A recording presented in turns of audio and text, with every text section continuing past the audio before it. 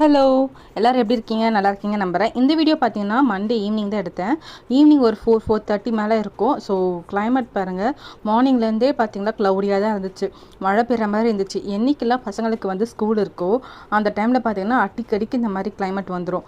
Morning ஸ்கூலுக்கு அனுப்பிட்ட பிறகு ஐயோ கிளைமேட் இருக்கே, மழையில் எப்படி வருவாங்களோ, கோல்டாகிடுமோ அப்படின்னு நினச்சி நம்ம தான் பயந்துட்டு இருக்கணும்.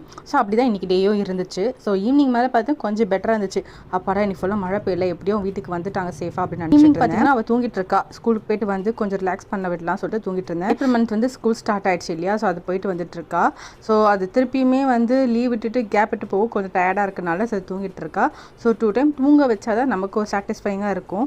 அப்படி இல்லைன்னா காலை வந்து ஏஞ்சிக்கிறதுக்கு கொஞ்சம் லேட்டாக ஆகுது. 4 o'clock ரீச் ஆகிட்டேன்னா ஒரு 1 hour தூங்க வச்சுப்பேன். அதுக்கப்புறம் பார்த்தீங்கன்னா ஈவினிங் மேலே தான் ஸ்டார்ட் பண்ணேன். வீட்டில் இருக்க ஒர்க் கொஞ்சம் ஆல்ரெடி வீடு வந்து கொஞ்சம் ஆர்கனைஸாக தான் இருக்குது. ஸோ ரெகுலர் ஒர்க் இருக்கு இல்லையா, லஞ்ச் பேக் எடுத்து வாஷ் பண்ண போடுறது, டஸ்ட்பின் ஃபில் பண்ணுறது சொல்லிட்டு ஏகப்பட்ட வேலைக்கு இருந்துச்சு. ஸோ அது வந்து கொஞ்சம் மினிமலாக எடுத்து பண்ணிட்டு இருந்தேன். ஆக்சுவலாக பார்த்தீங்கன்னா ரொம்ப நாள் கழிச்சு இன்றைக்கி நான் ஒரு ரெசிபி எல்லாம் பார்த்தீங்கன்னா ஸ்கூல் விட்டு வரும்போது அவளுக்கு ஹேபிட் பண்ணி வச்சுட்டேன். ஆனால் சம்டைம்ஸ் என்ன பண்ணிடுறான்னா அந்த டயரில் அப்படியே வச்சிடறா. நானும் ரெகுலராக சொல்லிட்டே வரேன், சொல்லிட்டே வரும். ஒரு 1 day சேஞ்ச் ஆகும்னு நினைக்கிறேன். 2 weeks ஆயிடுச்சு வீட்டுக்கு வந்து காய்கறி வெஜிடபிள்ஸ்லாம் வாங்கி. பிகாஸ் பார்த்தீங்கன்னா அம்மா வீட்டில் தான் இருந்தேன். நான் வீடியோ பார்த்தா தெரிஞ்சிருந்திருக்கும். ஸோ அம்மா வீட்டில் இருந்ததுனால ஃபுல்லாகவே அங்கேயே முடிஞ்சிடுச்சு.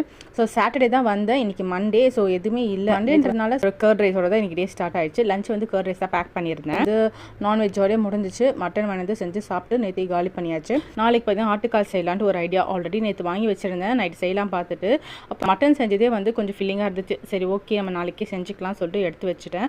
ஸோ அதுக்கு தேவையானது எல்லாமே கொஞ்சம் வாங்க போயிருந்தேன். ஏன்னா கொஞ்சம் சின்ன வெங்காயம், பச்சை மிளகாய் எதுவுமே இல்லை, காய்கறி எதுவுமே இல்லை, இஞ்சி பூண்டு பேஸ்ட் எல்லாமே நான் ஃப்ரெஷ்ஷாக தான் பண்ணணும். ஸோ எல்லாமே கொஞ்சம் போய் டக்குன்னு வாங்கிட்டு வந்துடலாம் சொல்லிட்டு கீழே இறங்கினோன்னே தான் இருக்கும். ஸோ அதுக்கு டக்குன்னு காஸ்டியூம் சேஞ்ச் பண்ணி போய் வாங்கிட்டு வந்துட்டோம். வந்து கையோடு பார்த்தீங்கன்னா கொஞ்சம் மீட் ப்ரெப் பண்ணுறது, நைட் டின்னருக்கு ரெடி பண்ணுறது ஃபுல்லாக ரெடி பண்ணிட்டு இருந்தேன். ஆட்டுக்கால் பார்த்தீங்கன்னா ரொம்ப பிடிக்கும். என் ஹஸ்பண்ட் எல்லாருக்குமே ரொம்ப பிடிக்கும். அதுவும் நான் செய்கிற மெத்தட் பார்த்தீங்கன்னா எங்கள் வீட்டில் எல்லாருக்குமே ரொம்ப பிடிக்கும். நான் செஞ்சு கொடுத்துருக்கேன் ஆல்ரெடி. மேக்ஸிமம் இது எப்போவுமே பார்த்தீங்கன்னா நைட்டு வந்து ஒரு 6-7 விசில் கிட்ட போட்டு வச்சிருவேன். அப்போ திருப்பியும் மார்னிங் ஒரு 7-8 விசில் போட்டேன்னா நல்லா கொஞ்சம் வந்து சங்கியாக இந்த எலும்பை வந்து கடிச்சு போடுறதுக்கு கொஞ்சம் கம்ஃபர்டபுளாக இருக்கும் கிட்ஸ் இருக்கிறதுனால. நான் எப்பவுமே நைட்டு ஒரு 6-7 விசில் விட்டு மார்னிங் ஒரு 6-7 விசில் விடுவேன். ஸோ நல்லாயிருக்கும்.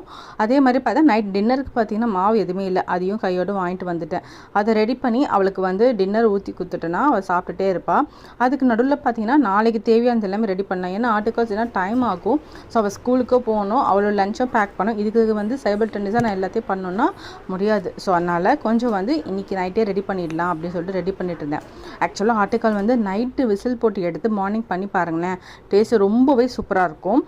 தீபாவளி டைமில் எங்கள் வீட்டில் இது ரொம்பவே ஸ்பெஷலாக போகும். அதே மாதிரி ரிப்பீட்டடாக அடிக்கடிக்கு நாங்கள் செய்வோம். அதனால தான் வாங்கி செஞ்சுருந்தேன்.